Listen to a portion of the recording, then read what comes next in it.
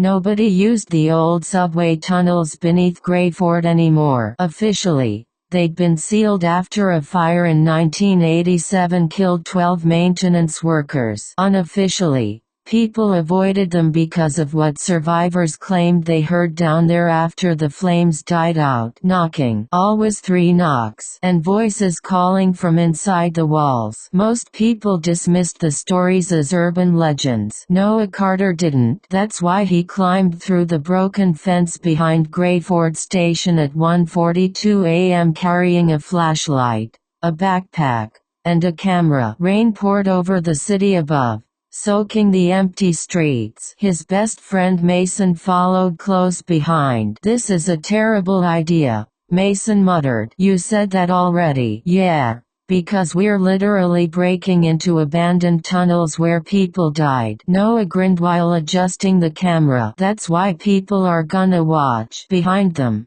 Olivia climbed through the fence with a frustrated sigh. "If we get arrested, I'm blaming both of you." The fourth member of the group, Kayla, stayed unusually quiet. She kept staring into the darkness beneath the station entrance. "You okay?" Olivia asked. Kayla nodded too quickly. "Yeah, just cold." The entrance to the tunnel sat hidden beneath a rusted maintenance hatch. Noah pulled it open with a loud metallic screech. A blast of damp air rose from below carrying the smell of mildew, ash, and something rotten. Mason aimed his flashlight downward. The ladder disappeared into darkness. "Nope," he whispered immediately. Noah laughed. "Too late now." One by one, they climbed down. The tunnel beneath the city looked frozen in time. Old tracks stretched endlessly into blackness. Concrete walls dripped with water. Burned warning signs still clung to pillars blackened by smoke decades earlier. And everywhere, there were handprints. Dark stains covering the walls and ceiling. Olivia frowned. "Please tell me that's paint." Nobody answered. Noah lifted the camera. Greyford Tunnel System. Closed after the station fire of '87. 12 workers trapped underground during emergency maintenance. Kayla suddenly interrupted him. "It wasn't 12. Everyone looked at her. "What?" Mason asked. Kayla stared at the tracks. "My dad worked here. He told me there were 13 bodies." Silence. Olivia crossed her arms. "So why'd the report say 12? Kayla hesitated. "Because they never found the last one." A distant metallic clang echoed through the tunnel. Everyone froze. The sound came from deep underground, like metal striking metal. Then came another clang, clang, 3 times. Mason swallowed hard. "Okay.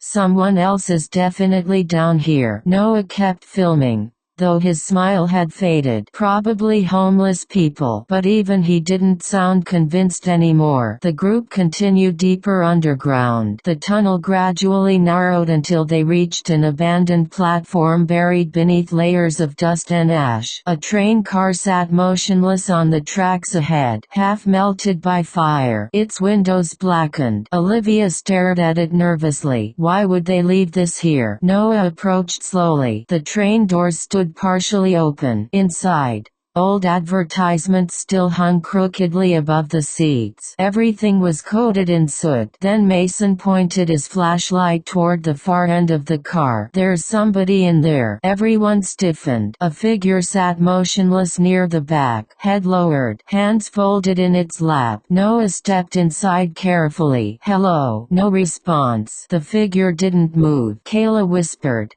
"We should leave." Noah ignored her and approached slowly. The closer he got, the worse the smell became. Burned flesh, rot. Then his flashlight illuminated the figure completely. Not a person, a charred skeleton wearing a transit worker uniform. Its blackened fingers still wrapped around an old flashlight. Mason cursed loudly. Olivia backed out of the train immediately. Then the skeleton's flashlight flickered on by itself. Everyone screamed. The dead worker's head tilted upward with a loud crack. Its jaw slowly opened, and from inside its burned mouth came a whisper, "Still trapped." The train lights suddenly exploded to life. Every bulb flickered violently overhead. The doors slammed shut. Mason threw himself against them. "They won't open." The train lurched. Dust rained from the ceiling. Noah stared in horror. The tracks aren't powered, but the train was moving, slowly at first, then faster. The dead worker remained seated at the back of the car, staring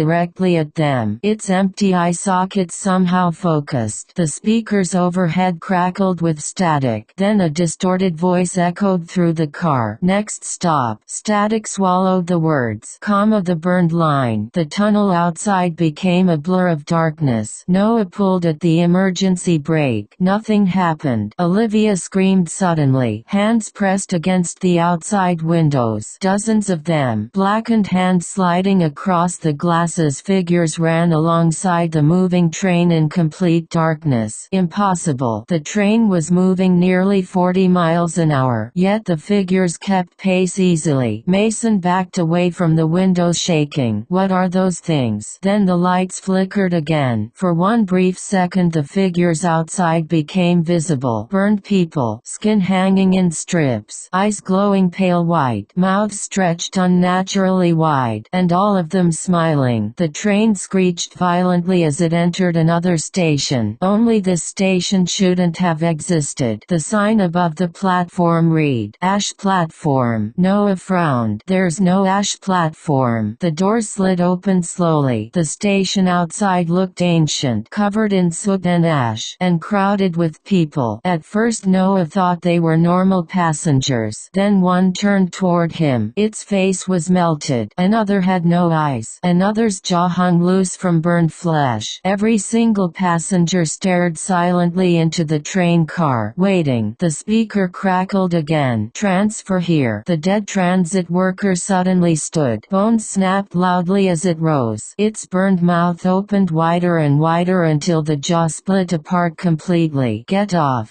it screamed. The passengers on the platform began moving toward the train all at once. Fast, far too fast. The group bolted out the opposite door just as the burned crowd flooded into the car behind them. They ran blindly through dark maintenance tunnels while shrieks echoed behind them. The walls became hotter the deeper they went. Steam hissed from cracked pipes overhead. Then Kayla stopped suddenly. There, an old steel maintenance door stood half open ahead. "Emergency exit." Noah nearly cried with relief. They rushed toward it, but as Mason reached for the handle, 3 knocks echoed from inside the door. Thunk, thunk, thunk. Everyone froze. A voice whispered softly from the other side, "Help us." Olivia backed away immediately. "No, no chance." Then another voice joined in. "A child. Please let us out." More knocking followed. Dozens now. Thunk, thunk, thunk. Thunk, thunk, thunk. The entire door began shaking violently. Mason stumbled backward. "What the hell is in there?" Kayla looked terrified. "My dad told me they sealed part of the tunnel during the fire." Noah stared at her. With people still inside, tears filled Kayla's eyes. "He said the fire spread too fast. They locked the workers underground to stop it from reaching the main station." The knocking became deafening. The steel door bulged outward. Something massive slammed against it from inside. Again, again. The metal started bending. Then silence. Complete silence. For one horrible moment nothing moved. Then a voice spoke directly behind them. "You left us here." The burned transit worker stood at the end of the tunnel. Except now it wasn't alone. Dozens of charred figures crowded behind it. The lights overhead died instantly. Darkness swallowed the tunnel. Then came screaming. The next morning,